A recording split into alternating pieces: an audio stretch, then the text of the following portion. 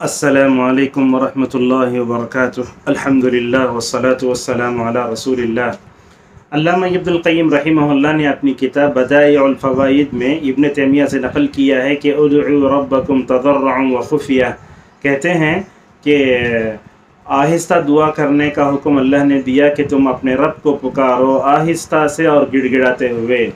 حسن بصری رحمہ اللہ کہتے ہیں کہ آہستہ دعا کرنے سے علانیہ دعا کرنے کے مد مقابل میں 70 گنا زیادہ یہ بہتر ہے، لہذا اسی لیے اللہ تبارک و تعالیٰ نے فرمایا کہ ادعوا ربکم تضرعا وخفیہ، اور اللہ تعالیٰ نے اپنے نیک بندے حضرت زکریا علیہ السلام کے بارے میں کہا اذ نادى ربہ نداء خفیہ۔ انشاءاللہ اس ویڈیو میں ہم آپ کے سامنے اختصار سے یہ بتائیں گے کہ آہستہ دعا کرنے سے کیا فائدہ ہوتا ہے۔ سب سے پہلے آہستہ دعا کرنے سے فائدہ یہ ہوتا ہے کہ یہ ایمان اللہ تعالیٰ پہ بڑھ جاتا ہے بندے کا۔ اللہ تعالیٰ کے بارے میں بندہ یہ عقیدہ رکھتا ہے میں اپنے رب کو زور سے پکاروں تب بھی وہ سنتا ہے، میرا رب کو جو ہے میں آہستہ پکاروں تب بھی مکمل طور پر جو ہے جانتا ہے۔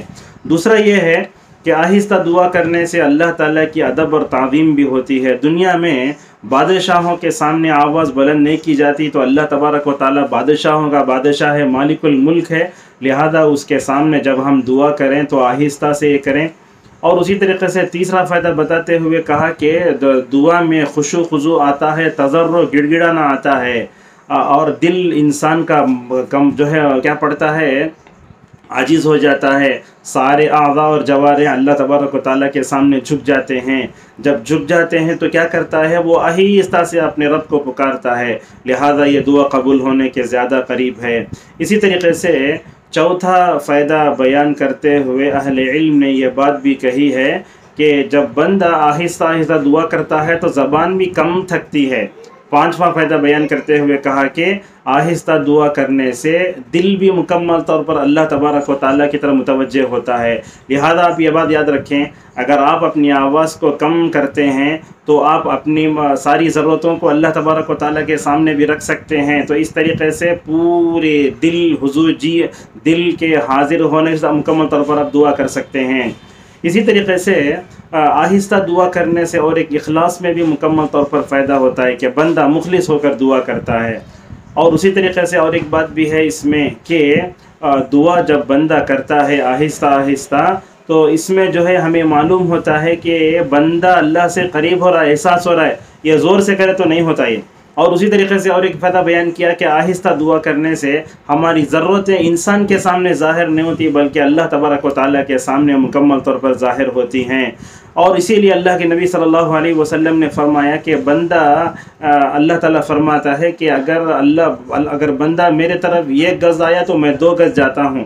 تو اگر ہم آہستہ دعا کر کے اللہ کے قریب ہوتے ہیں تو ہماری دعا مکمل طور پر جلد بھی قبول ہو سکتی ہے۔ اور اسی طریقے سے یہ دعا کرنے سے آہستہ ایک فائدہ یہ بھی ہے اس میں کہ آپ ہمیشہ لمبی دیر تک دعا کر سکتے ہیں۔ اگر زور سے چیخ دعا کریں تو آپ کی زبان بھی دکھتی، پیران بھی دکھتے، ہاتھاں بھی دکھتے، تو لہٰذا آہستہ دعا کرنے سے کیا ہوتا ہے، آپ کے اعضاء جوارح کم تھکتے ہیں، لہٰذا اس طریقے سے بھی آپ جو ہے اس دعا کو آہستہ کر سکتے ہیں۔ 9واں فائدہ بیان کرتے ہوئے کہا کہ آپ اگر اپنی ضرورتیں اگر لوگوں کے سامنے رکھیں تو بندے بولیں گے کیا کیا مانگ رہا ہے بھائی انہیں، اللہ تعالیٰ سے حسد بھی کر سکتے ہیں، تو بولتے ہیں دنیا والوں سے ہماری ضرورتیں چھپتی بھی ہیں اور حاسدین کی حسد سے بھی ہم ماشاءاللہ محفوظ ہو جاتے ہیں۔ ماشاءاللہ کیا کیا علماء نے بیان کیا ہے۔ اسی لیے دیکھیں گے حضرت یوسف علیہ السلام نے خواب دیکھا تو یعقوب علیہ السلام نے کہا لا تقصص رؤیاک علی اخوتک فیکیدوا لک کیدا ان الشیطان للانسان عدو مبین۔ اور اسی طریقے سے آخری فائدہ بیان کرتے ہوئے کہا کہ بندہ جب آہستہ دعا کرتا ہے ایسی صورت میں وہ اللہ تعالیٰ کے اسماء کا، اوصاف کا مکمل طور پر جو ہے واسطہ دے کر بھی دعا کر سکتا ہے۔ جب ایسی دعا ہوگی تو مکمل طور پر اللہ تبارک و تعالیٰ اس کو قبول بھی کرے گا۔ اسی لیے اللہ تبارک و تعالیٰ نے کہا وَاذْكُرْ رَبَّكَ فِي نَفْسِكَ تَضَرُّعًا وَخِيفًا، اور کہا ادعوا ربکم تضرعا وخفیہ۔ تو یہ ساری چیزیں علامہ ابن القیم رحمہ اللہ نے اپنے استاد ابن تیمیہ سے نقل کی ہیں۔ اللہ تعالی ہم سب کو آہستہ دعا کرنے کے جو فائدے ہیں ان کو مد نظر رکھتے ہوئے دعا کی اس عبادت کو بجا لانے کی توفیق عطا فرمائے، آمین۔ وآخر دعوانا الحمدللہ رب العالمین۔